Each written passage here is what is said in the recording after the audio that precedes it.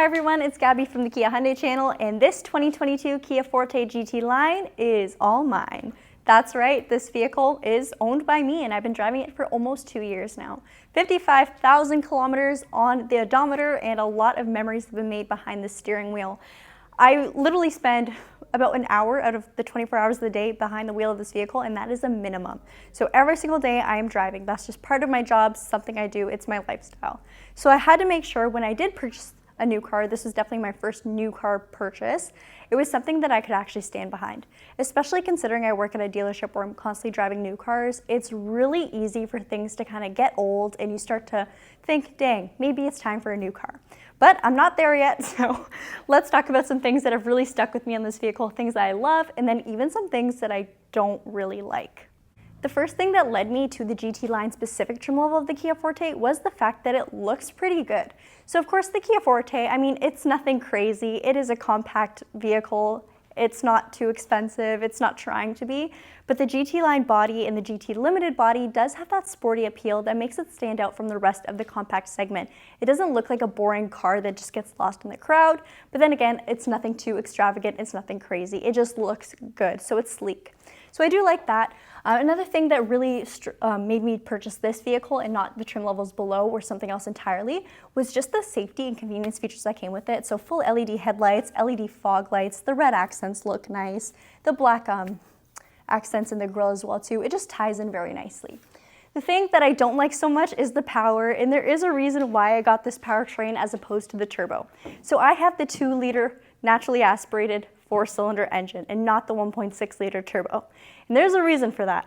I have a very colorful driving history. When I did go to get an insurance quote for the turbocharged Forte, it didn't like me very much. It was far more than what a payment on the car would be, and it was just not worth it. Not worth it at all, especially for a Kia Forte.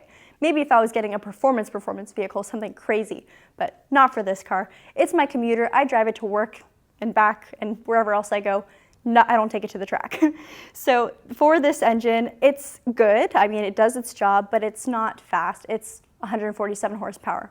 And it's not trying to be anything else, so I'm not mad at it. It's just something I would change if I could, but I can't. So other than the initial styling in the front end, I do like the wheels as well too. I did end up tinting the windows just because I do not like a fishbowl look, and I do not want people seeing me in my car because I always look mad when I'm driving. But then again, wheels, 17-inch alloys, quite nice. They're stock wheels for the Forte GT line. LED taillights, GT line badging, and you do have this nice lip spoiler. Trying not to show my plate, but let's take a look at the trunk. I just have some of my junk in here. It's kind of dirty, please don't judge. We only had enough detail budget for the interior and the exterior. All right, so back here, I mean, it's a compact sedan, it's nothing huge, but it is quite big. Fits everything I need. I've had coolers in here, my inflatable kayak, Facebook Marketplace finds, lots of things. The back seat, again, compact car segment, you can't expect too much, but I often drive my friends whenever we go out and they're always okay. I also do like that the seats in the rear are heated. So check that out. There is also a center armrest, which is quite nice. And then air vents and even a USB-C back here.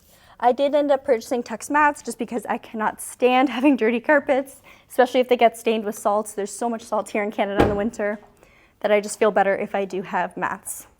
Here's side profile of the car. Let's take a look inside with Charlotte. Live to fish, fish to live. It's all the same to me. Welcome to the inside of my car. It's cleaned up for the occasion. On our headliner, it's completely black, and I really do like that. One thing you may notice, windows are very dark, headliner's dark. I drive like this all the time.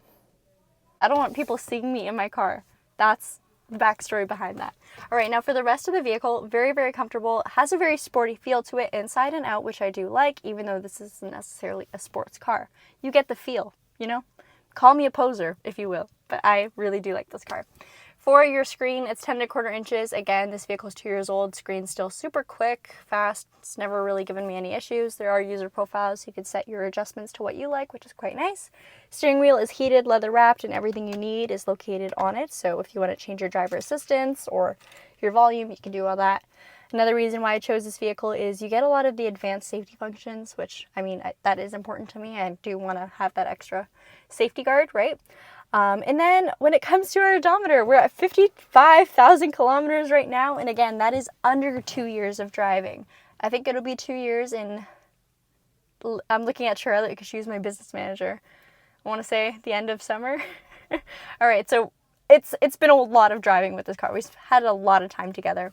A couple other things I like is the option of dual climate control. So you have 2 different settings there. Again, I often drive with people.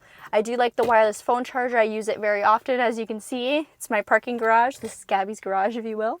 Gear shift, it's an IVT, like I said, something that I don't know if I'm a huge fan of, but it certainly doesn't bother me enough to say, okay, I need a new car. And then our seat controls, heated steering wheel, and drive mode select. This allows you to go into sport mode and smart mode, which definitely helps the feel of that transmission response. So if I'm ever feeling like, oh, my car is not really responding the way I like it to, flip it into sport mode. You may find it works better for your driving. Then everything else, I mean, space-wise, it's quite nice in here. Again, a compact car, so don't expect massive amounts of space, but for a vehicle of this size class, it is very, very comfortable, and even in the back seats. I'm not going to go in there for today. If you do want to see an in-depth video of my exact car, I did that before I picked it up, so I will tag it in our description down below. You guys can let me know what you think and what you think my next vehicle should be.